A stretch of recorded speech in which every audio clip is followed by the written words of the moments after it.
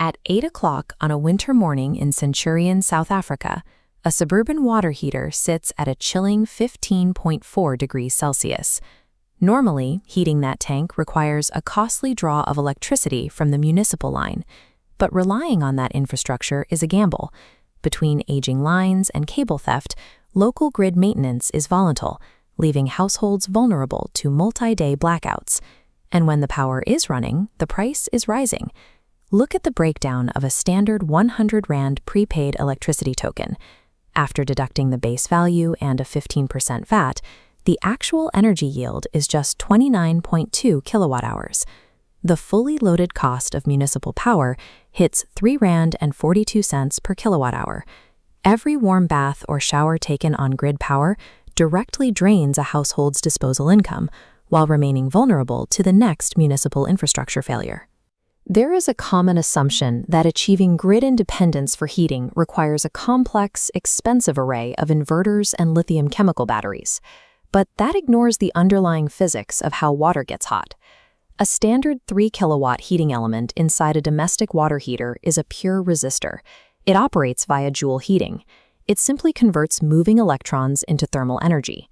Because it has no internal electronics or magnetic coils, that restrictive metal coil does not care if it receives alternating current from the grid or raw direct current straight from a solar panel.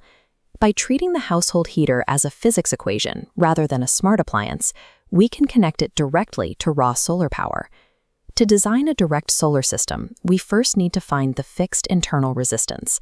A physical test of our specific 3-kilowatt element reveals a precise resistance of 17.7 ohms. Knowing this constant helps avoid a common DIY mistake. People often try to wire 12-volt solar panels or low-voltage batteries in a parallel topography, assuming that by increasing the total current capacity, they can pump more power into the element. This schematic shows why that fails. According to Ohm's law, resistance dictates current based on voltage. Applying 12 volts to a 17.7 ohm resistor yields just 8.14 watts. A tank loses more heat hourly than this configuration generates. The water will never heat up. In thermal engineering, prioritizing high current over high voltage is a foundational architectural flaw. To overcome that 17.7 ohm resistance and extract real heat, we have to flip the approach and use a high-voltage series topography. Linking 3 620-watt panels end-to-end stacks the voltage to 144 volts, while current capacity remains stable. At 128 volts, the element draws 7.5 amps, generating merely 1,000 continuous watts. This demand sits safely below the panel's 13-amp limit, preventing stalling. This graph tracks the real-world performance of this exact array. You can see the constant high voltage maintained throughout the day. Starting at 08A, the temperature rises steadily, pushing a 150-liter tank from 15.4 degrees to a usable 40 degrees in under 6 hours. Providing high-voltage DC to a fixed resistor creates a stable electrical loop where the load never exceeds the array's physical capacity. Once you have a high-voltage direct current line running off your roof, a secondary opportunity presents itself, utilizing that line to boil a standard 1,800-watt kitchen kettle off-grid. But you cannot simply plug it in next to the heater. If you wire a 32-ohm kettle alongside a 17.7-ohm element, the combined circuit resistance drops to 11.4 ohms. That demands too much current, causing the solar panels to instantly collapse their voltage. The fix is a break-before-make DC changeover switch. Turning it completely disconnects the geyser before routing 144 volts exclusively to the kettle.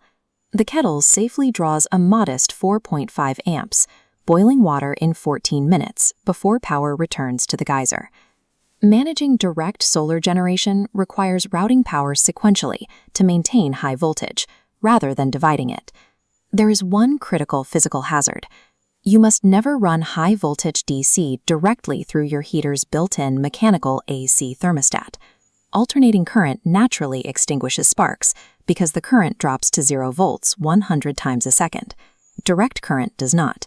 If a standard AC thermostat attempts to physically break a 128-volt DC circuit, it will form a continuous, glaring electric arc. This arc can melt the housing, weld the contacts shut, and create a severe fire hazard. The mandatory fix is to use the existing thermostat purely as a low-voltage sensor, which then triggers an industrial DC-rated solid-state relay. This hardware safely extinguishes the high-voltage arc. In the end, successfully harnessing raw DC power requires specialized switching hardware that respects the continuous, unforgiving nature of the current. When the engineering is done safely, the financial payback period is among the shortest in renewable engineering. Raising the temperature of a 150-liter tank by 24.6 degrees requires 4.29 kilowatt-hours of electrical energy.